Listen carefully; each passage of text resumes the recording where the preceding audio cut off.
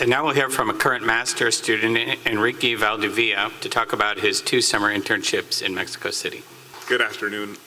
So when I was asked to share my international experience that I had over the summer, I thought, oh, perfect. The first week of school, I can feel like I'm back in grade school and tell everybody here what I did over the summer. And as I was internally reviewing my experience, I came to the realization that I've been spending summers in Mexico my entire life, going back to my early childhood when my mom would take me and then later my brother and sister and myself to her hometown in Jalisco, Mexico for the summer months. And we'd visit her sisters, my grandparents, and apparently the story goes that I took my first steps in my grandma's bedroom. And so now, decades later, I took my very first information professional steps over the summer in Mexico. Now, prior to beginning my academic adventure here at the School of Information, I was doing my final undergraduate research project, and I was using Mexican colonial era documents that were written in Zapotec, which is an indigenous language of Oaxaca, Mexico. And I was wrapping up this research, about ready to present my findings at a conference in Oaxaca. And around that time is when I first came to the School of Information. This was back in April of 2012 for visiting days.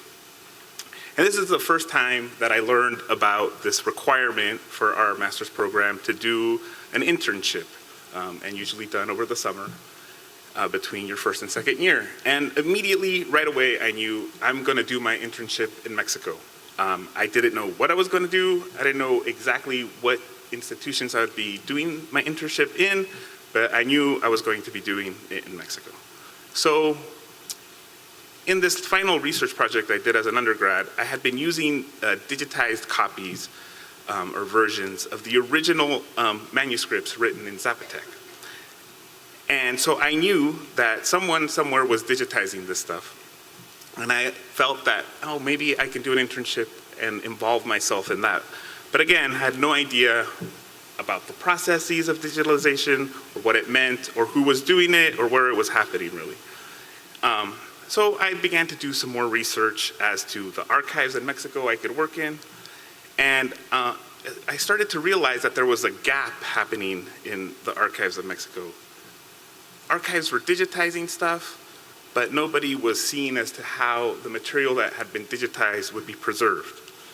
And at the same time, my coursework here at SI was showing me the very real importance of digital preservation, as everything like records, archives, books, audio, video, everything is either transforming into the digital or is being created now digital. So I realized then that I could make my biggest impact in the shortest amount of time if I shared what I was learning here concerning digital preservation with the archives in Mexico. So I secured 2 internships in Mexico City. One was at the National Archives of Mexico. It's known as the AGN by its Spanish acronym. And the other is Fundación ICA, which is a private archive, and it has the collection of photographic collection of ICA, which is the largest engineering firm in Mexico. Both of these were unpaid internships, but with the generous help of the School of Information and a Tinker research grant that I received, I was able to go to Mexico for 9 weeks and spend 5 weeks at the National Archives of Mexico and 4 weeks at the Fundación ICA. And now, both of these archives have been involved in digitalization projects for many years, and they each have a vast collection of digital objects now. And add to that the fact that they are now receiving most of their objects in digital form. However, none of these organizations, neither of them have a digital preservation plan or a department or any staff concerned with this topic.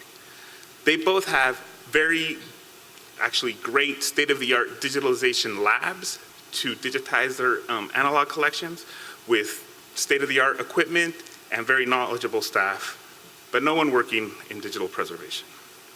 So I began by working at the National Archives, and my mentor, who was the head of the IT department at the National Archives, Rebecca Agramonte, She was very aware of the need of a digital preservation plan and guidelines to maintain and manage their digital materials. However, there was no resources available to her to address this issue. And I very quickly learned and kind of had a feeling before I got there that the National Archives is a very bureaucratic institution, part of a larger federal bureaucratic system, which is the Mexican federal government.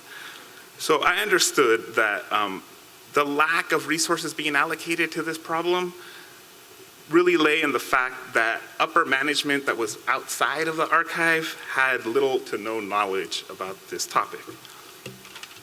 So I decided that in my report that I was to turn in to my mentor, I would give a very concise and thorough explanation defining terms and expressing the very real and eminent need to preserve their digital collection. And basically just to raise awareness of this issue to the people that sign the checks and make resources happen. And all of this, of course, I did based on the international standards and guidelines I became acquainted with during my coursework here at SI. Part of my report also included an assessment of their digital collection where I identified risks. And again, just raising awareness as to the need to address this issue. I also, part of my report included a draft of a digital preservation plan and a draft of guidelines. And I also made a series of long-term and short-term recommendations. And my, I think, first short-term recommendation was, since there were no resources available to hire staff or create a digital preservation department, I suggested that they form a committee with members within the staff already, members from IT and the archives and the digitalization lab, in order to begin to talk about this problem. Because ultimately, an outsider can only offer certain recommendations, but the solutions to the overarching problem are within the staff that's currently there. And I felt that ultimately, with my interactions with all the people that I spoke with and interviewed and talked to, the digital preservation just seemed like too complex and impenetrable to the colleagues there. But I hope that my report made it a little more accessible and that they can begin to tackle this issue. At Fundación ICA, my second internship, no one in the staff had ever heard of digital preservation at all. So I spoke with my mentor, Gustavo Lozano. Prior to starting my internship, we went out and had some coffee and had a talk, and he said, okay, on your second day at your internship, you're going to give a presentation, a PowerPoint presentation, to the entire staff of the archive, just to introduce yourself and to, introduce the topic of digital preservation. So I did, and after the presentation, there was an hour-and-a-half dialogue amongst the entire staff about this issue, and people were freaked out, scared that all the work that they'd been doing would be lost, just without any warning. But it was really good and encouraging to see that the topic would be addressed and that the people that were passionate about their work. And in general, I performed similar tasks that I had done at the National Archive.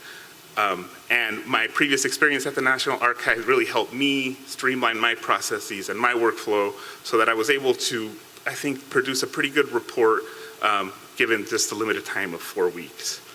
Now, Fundación ICA, although their analog collection of photos, mainly negatives, is huge. It's over 1 million photos.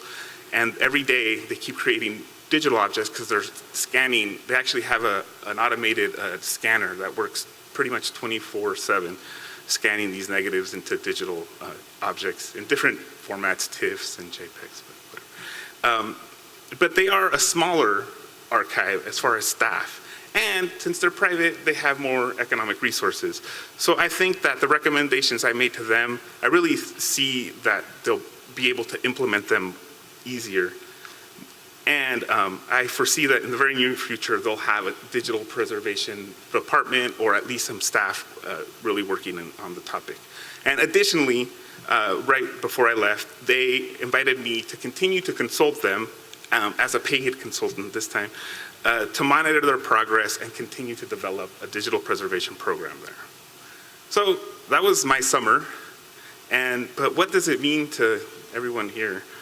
Well, I'd say for the first year students, I just want you to know that the School of Information really, truthfully will enable you to follow your passion, and that the dreams and goals that brought you here are achievable.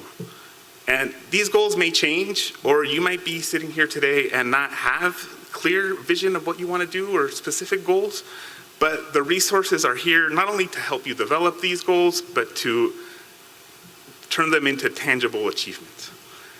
And also, it's never too early to think about what you want to do over the summer for your internship, especially if you're considering doing something internationally. The sooner you start doing your legwork, the better. And for the international students, it's also kind of maybe an opportunity to go home for the summer, which wouldn't be too bad.